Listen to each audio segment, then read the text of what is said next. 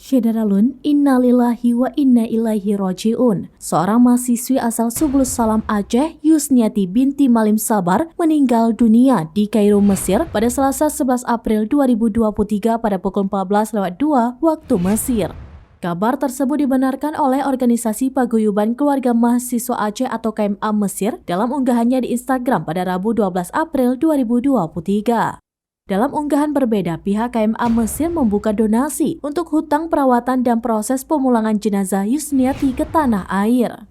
Dalam keterangan tersebut disebutkan jenazah Yusniati rencananya akan disolatkan di Masjid Salam pada hari ini tepat setelah sholat asar waktu Mesir dan akan terbang menuju Indonesia pada malam harinya. Jenazah diperkirakan akan tiba pada hari Kamis dan akan diterbangkan langsung ke Medan kemudian menuju Subulus Salam untuk disemayamkan di kampung halamannya.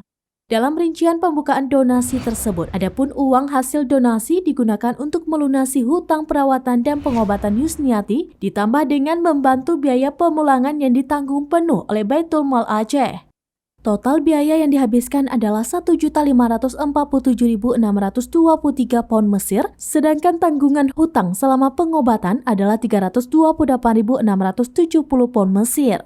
Sementara disebutkan biaya pemulangan dan pengurusan Kairo menuju Jakarta dan Jakarta menuju Medan sekitar 75 juta rupiah.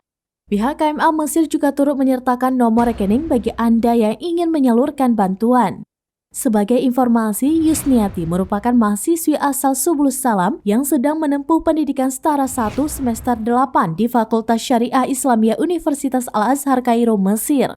Beberapa waktu lalu Yusniati telah mengalami sakit serius, bahkan Yusniati mengidap 3 penyakit komplikasi sekaligus.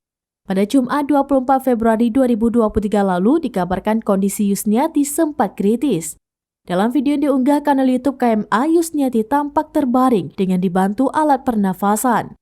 Dikarenakan kondisi tersebut, Yusniati terpaksa dirujuk dari rumah sakit sebelumnya, Nasr City Specialized Hospital, ke Rumah Sakit Nasaim New Cairo 1 yang lebih besar.